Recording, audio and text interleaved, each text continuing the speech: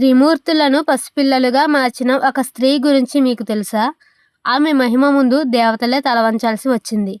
ఆమె పేరు అనసూయ, ఆత్రి మహర్షి భార్య. పతివ్రత్యం అంటే ఏంటో ప్రపంచానికి చూపించిన మహాస్త్రీ. అనసూయ మహిమ గురించి విన్న దేవలోకంలో ఒక సందేహం మొదలైంది. ఆమె పతివ్రత్యం నిజంగా అంత గొప్పదా? అప్పుడు త్రిమూర్తులు ఆమెని పరీక్షించాలనుకున్నారు. బ్రహ్మ, విష్ణు, మహేశ్వరులు సన్యాసుల వేషంలో ఆమె ఆశ్రమానికి వెళ్ళారు. భిక్ష ఇవ్వు అని అడిగారు. కానీ ఒక కఠినమైన షరతుతో, వస్త్రాలు లేకుండా భిక్ష ఇవ్వు అని కోరారు. ఒక్క క్షణం కూడా తడబడకుండా అనసూయ తన పవిత్ర తపస్సుతో త్రిమూర్తులను పసిబిడ్డలుగా మార్చేసింది. ఆ తర్వాత వారికి తల్లి ప్రేమతో పాలిచ్చింది. త్రిమూర్తులే ఆమె వడిలో చిన్నారులయ్యారు. దేవలోకంలో కలకలం మొదలైంది. త్రిమూర్తులు కనిపించకపోవడంతో వారి భార్యలు భయంతో వణికిపోయారు. చివరకు దేవతల ప్రార్థనతో అనసూయ వారిని మళ్ళీ అసలు రూపంలోకి మార్చింది.